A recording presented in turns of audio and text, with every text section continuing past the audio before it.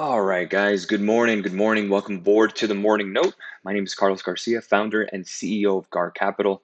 It is Monday, January 9th, 2023. Again, 2023, new year. The first full trading week of 2023. Welcome aboard. If most people are finally back in work or work mode after their holiday, welcome back. It is the new year. I consider this kind of the real new week of the new year, since it's actually a full one, not just after New Year's. Either way, bottom right hand corner of your screen, little black logo, click on that. Turn on notifications, subscribe to our channel. Make sure to hit that like button if you like these videos. Good morning, Ray. One of my favorite friends on Twitter, Ray Radwan, saying what's up here. All right, let's go ahead and get to the markets. Go ahead and talk about a couple things this morning. We have a CPI number on Thursday. We have Powell tomorrow talking at a conference in Stockholm. So let's go ahead and start off with futures. We'll do around the horn and talk about what's moving forward because now we have a lot to go over. Dow futures are up 110 points. NASDAQ up about 65. S&P 500 futures are up about 19 handles. Russell is 1813, up about 0.5%. We are long IWM. Just a quick recap of last week. Not the best week, kind of choppy. But in terms of that past 3 weeks, the frustration station chop that we've had the past 3 weeks, we went about 5 for 8 in options. Not the best. I'm not proud of that. I wish we could have done better. Didn't catch those Apple puts, Q puts that we had for the week before, but we did catch Netflix calls. So again, at least something. We are holding IWM calls. There is a gap to fill right around 180. So again, watching the Russell pretty closely of about 0.57%. If you're on the Discord with us, again, if you see 40%, no need to hold it. You take it, leave a runner, enjoy yourself. But again, we are still looking for that gap fill right around 180.30, let's call it. You can see it right here, bottom right-hand corner. Let's take a look at crude oil, up about 3% this morning. So that's going to help energy stocks. We need energy stocks to keep going higher because they're now a bigger part of the S&P 500 index. Well, not that much. But again, as technology has fallen in market price and energy has gained in market price, again, you're going to see a little bit of rebalancing in terms of the S&P of weight. Gasoline futures of about 3%, gold futures of about 0.72%. Silver futures at 24, up 0.35%. Let's take a look at copper, $4. Again, copper is a very, very big part. It's probably the commodity that most people look at in terms of new construction or an expansion of an economy. Copper is used for so many things, industrial, electronics, you name it. So again, the more that copper price goes up, that's showing demand in copper. So again, maybe we're starting to get not as bad as a feeling that we're getting in the global economy in terms of construction or expansion after this huge inflation environment that we've had, inflationary environment we had in 2022. Euro dollar, 0.78%. That is up about 83 pips, 107.26. If you guys remember, we talked about the euro dollar and how it was correlating with the S&P 500. Not exactly a one-to-one correlation, but again, a positive correlation.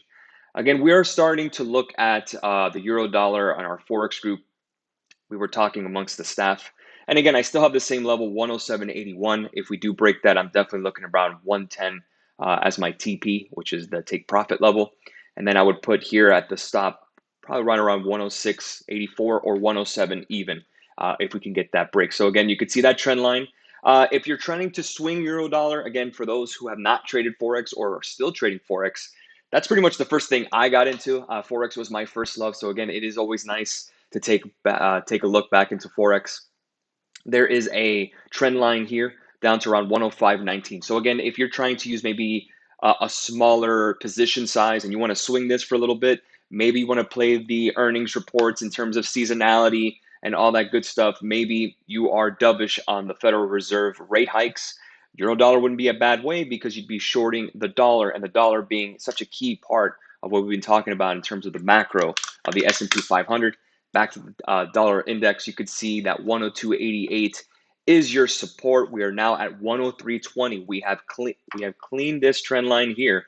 But again, now you have that 786 retrace. If you wanted to go and take a look at those fibs, again, I expanded it out as wide as I can go because of the fact that the dollar has broken out so much. Just since 2015, you could see just the move from around 80 to around 115. I mean, that's a huge move in the currency. I mean, great for travelers. Again, if you are an American and have dollars and you're traveling to Europe around this time, maybe last year, you definitely got a good deal because of the currency strength. But again, if you're a mega multinational company, you want a weaker dollar. That's going to soften up some EPS. Again, if we can get the dollar to start really gain some traction here, guys, I would see some positive revisions, some possible upside from these big major, tech companies that do business overseas. Because if you remember the Nike's conference call, if you listened to it or read about the report, I believe Intel had that as well. Micron was talking about that. AMD was currency headwinds. Again, when you make money overseas and you have to repatriate that onto your balance sheet here, again, a stronger dollar does not help when you're collecting yen or Chinese yuan or Indian rupee, for example. So again, 102.88 is the level. You could see this kind of key trend line that was holding up until we broke below. So that's one. Again, we're still looking for a sub 103 reading. We're about 21 cents away from that. If the dollar continues to sink, expect that risk assets, meaning stocks, are going to go ahead and bid higher. So that's a really, really good sign. Let's take a look at the VIX. The VIX is elevated this morning, right around 2175. We've talked about that a little bit on the newsletter. That should be sent out today. My apologies on that.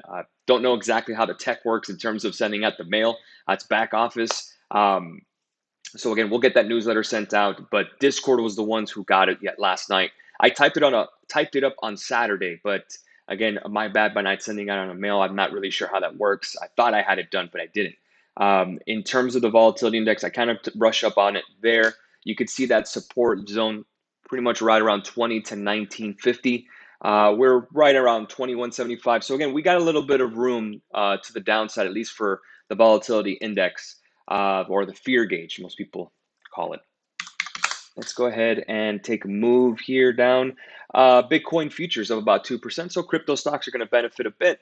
Ethereum up 4% at 1317. Again, crypto at this point, you don't even want to look at it anymore. Not just for the simple fact that it's gone down, but for the fact that it really hasn't done much. I mean, it's just been a similar choppy zone that we've had for the past 2 weeks, just like the S&P 500. So maybe the S&P is kind of the tail wagging the dog in terms of crypto. But again, we would need to see volumes actually elevate. And how does volumes elevate in any market? When you have excitement, when prices go higher, again, you're going to see some more excitement. So again, if you start breaking above, we're looking here at Bitcoin, you'd have to get above 20,000. I think that's where you start seeing maybe some dip buyers come in. Maybe some individuals start saying, hey, man, there's some volume here on crypto. I can trade it again. But you would need some really good positive catalysts. I think 20,000 is kind of that psychological number. I think if we do break that on Bitcoin, then you're going to start seeing volumes boost up a bit and then might give a little bit of a pop on Bitcoin itself. Again, it's kind of Warren Buffett says it's the greater fool theory. Again, I call it just the market. It depends on how many people want to buy versus how many people want to sell it. Some people may just sell into 20,000 and say, I am done with this. I'm taking my money. Or some will get interested and say, hey, Bitcoin has another leg up. As a Bitcoin and crypto holder, I would say more the latter than the former. Okay, so let's see. One more thing that I wanted to take a look at. Let's go and take a look at the 10-year yields. All right, 10-year yields here. This is TNX. We have one more gap to fill in TNX. There's tons of gaps, but they always fill, just a heads up. So again, I still have a gap here around 34.87. That seems to be kind of in line with what I'm looking at in terms of the S&P 500 right at 4,000. I think pretty much at this point forward with this breakout on the daily, again, now you're above the 50, you're above the 100, you're above the 20. So again, you're starting to break some moving averages. I say that we go ahead and get to 4,000, which is right at the 200-day moving average, excuse me. That'll basically retrace the Powell flush that we had on FOMC day in January. So that would retrace that and then kind of get us back to that 200-day moving average. And again, we have broken it before. We broke it last month and in November. So it's not a huge sense of resistance, but again, a big marker in terms of momentum. And again, the trend line. We've broke it before, and again, we keep knocking on the door. And you could see around 40, 45. My expectation is for the time being forward, I think your support is now around 3,900 on S&P 500. That's pretty much your stop. And again, you're pretty much going long or buying dips here until 4,000 is my expectation. 4,000 should get us with a soft CPI on Thursday. ahead of FOMC in February, maybe chop us around, and then we just have to wait and see what the Fed does February 1st. And the expectation is a 25 basis point hike. I said that in December. If you guys have watched the morning note, again, I expect a 25 basis point hike and a pause. Now, it's pretty dovish, but again, most individuals are saying 25 and then another 25 based on the news. I say they're going to do a 25 and pause. And again, that's just my expectation on what the Fed has been saying publicly versus what they've been doing. Again, for all the hawkish tone they had, they did not raise 75 in December, knowing that there was no meeting in January. They could have easily justified a 75 and say, hey, we did a 75 because there is none in January. So technically that's a 15 or 25. And then now we're not even doing 50 anymore. They're slowing the hike. We're expecting a 25 if all goes to plan, what I expect. And again, once that kind of news comes in, then you start breaking above to 40, 50. Best case scenario, you're at 4,100. And then you're just back to the same channel that we were before. And then we get chopped around based on earnings and such. But again, that is my expectation on the Fed, and I explained that on the newsletter. So that's where we are on the S&P 500. We'll go to SPY here to kind of give us the same information, but again, in a tradable security. And again, you could see here you have this gap to fill at 396.22. That gets you to around 4,000. Anyways, you're trading at 389.89. Basically, your stop here. So let me go ahead and redo these fibs because that's probably why I have the wrong fib levels. Let's see, daily. That is the new low. That was not done. So we're going to go to edit properties, 348. We're going to change the value to 348.11. Press OK. And that gives us the correct Fibonacci retracements. And I know I probably have it backwards, 0 to 100. I don't care.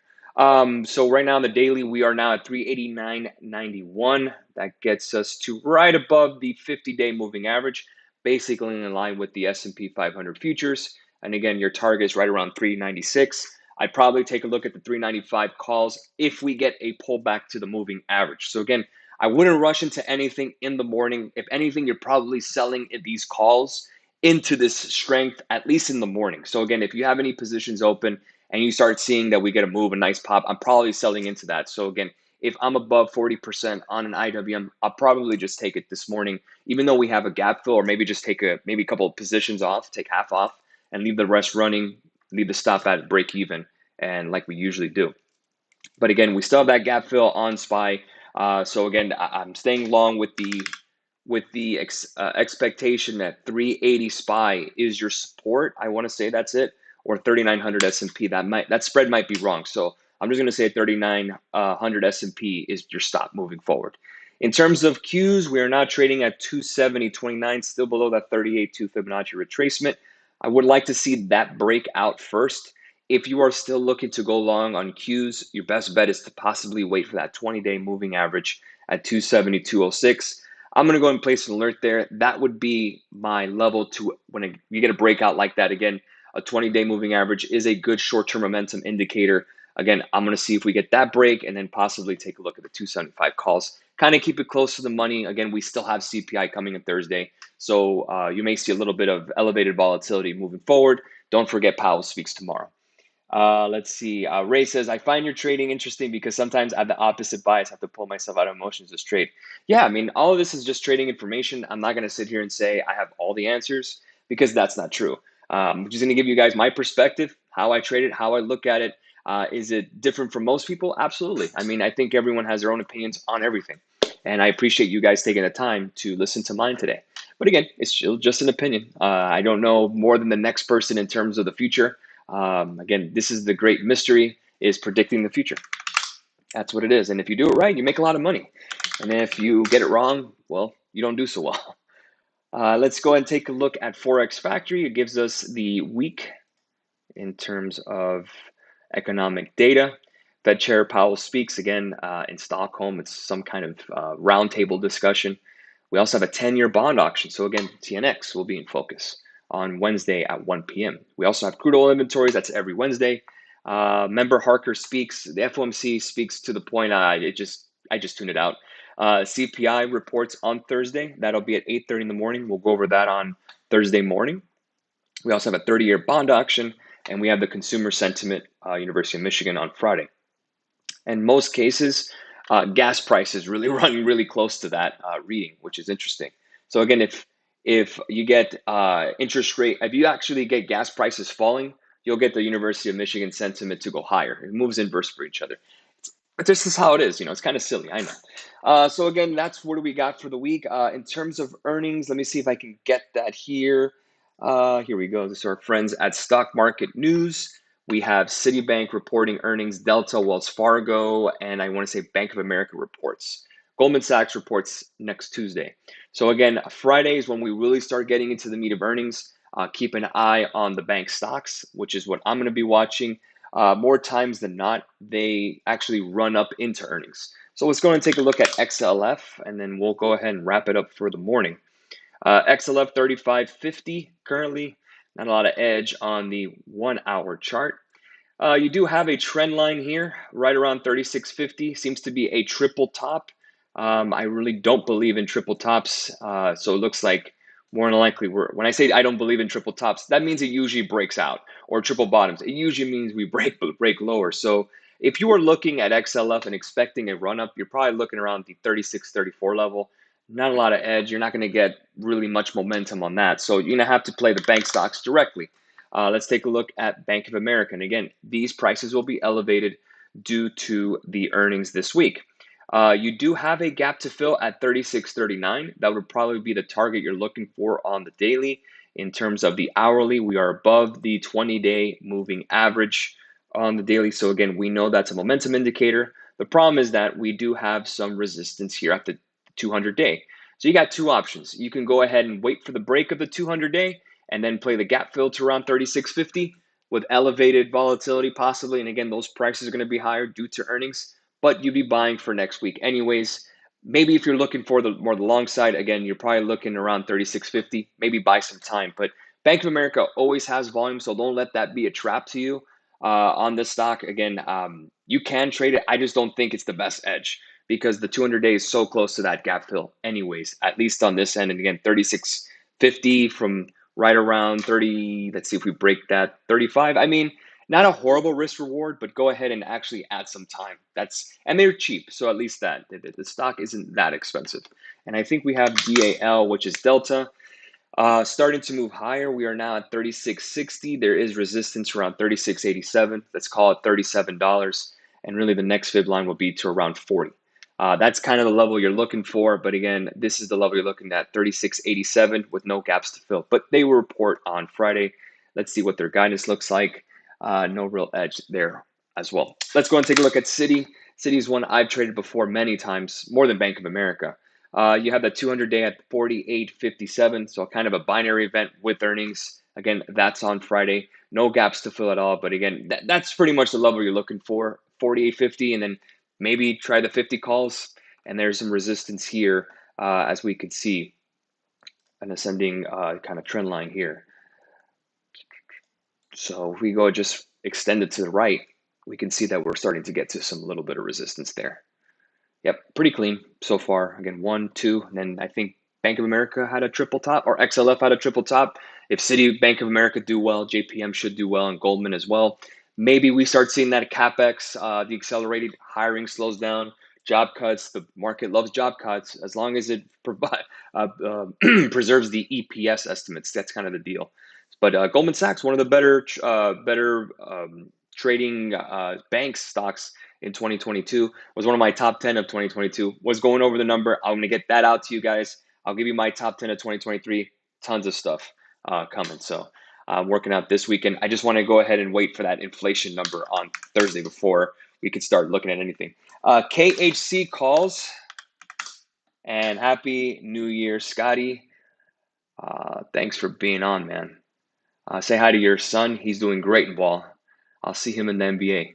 KHC, looking at the daily, not much, but again, you do have a gap to fill at 41.57, so be mindful if we do get a little bit of a pullback. But again, a clear breakout, at least on the hourly 20-day level. So again, above the 20-day, that's a good sign. And then we have that gap to fill 41.61. So if there is some selling into this strength, you're more likely going to fill that gap and then continue higher. But again, you have a resistance here around 44.50. If we go to the weekly chart, pretty much just that's the level you're looking for. You could see it right there. Pretty much 45 is the key level to break before any kind of excitement comes in for this packaged food value company, Kraft Heinz. No matter what, you're gonna have ketchup and cheese. Young Jay. But it is a big name. It's not like a micro cap.